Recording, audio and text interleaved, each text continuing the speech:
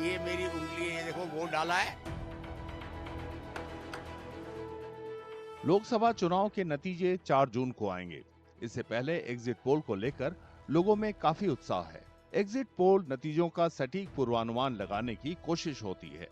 अलग अलग exit poll ने हर राजनीतिक दल या गुट के लिए अलग अलग सीटों का पूर्वानुमान लगाया है।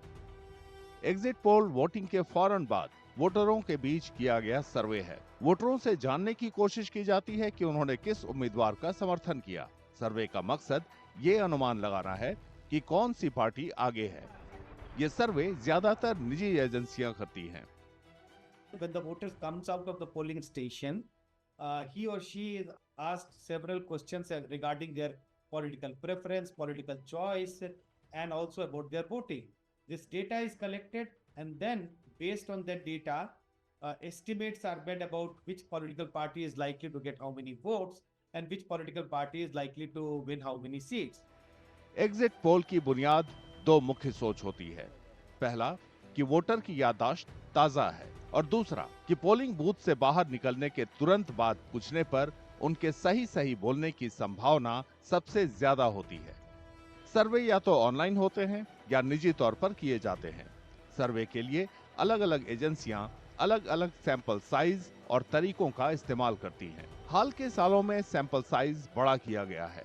इससे सैंपल में ज्यादा वोटरों की नुमाइंदगी होती है। भारत जैसे विशाल देश में सटीक अनुमान लगाने के लिए ये जरूरी है।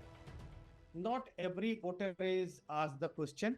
A sample of some voter, like in a polling station, if suppose there are 1,000 voters, so normally the target is ask say every 10th voter or ask every 12th voter. So you get a sample of 50, 60 or 100 voter at different polling station.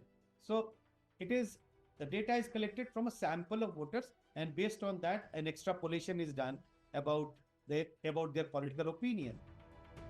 लोक प्रतिनिधित्व अधिनियम 1951 की धारा 126 ए के तहत चुनाव आयोग का निर्देश है कि वोटिंग के दौरान एग्जिट पोल के आंकड़े किसी भी रूप या तरीके से सामने नहीं लाए जा सकते।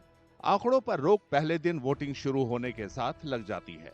अंतिम दौर का चुनाव खत्म होने के 30 मिनट बाद तक आंकड़ों पर रोक लगी रहती है। इस नियम का मकसद एग्जिट पोल के जरिए वोटरों पर असर डालने से रोकना है।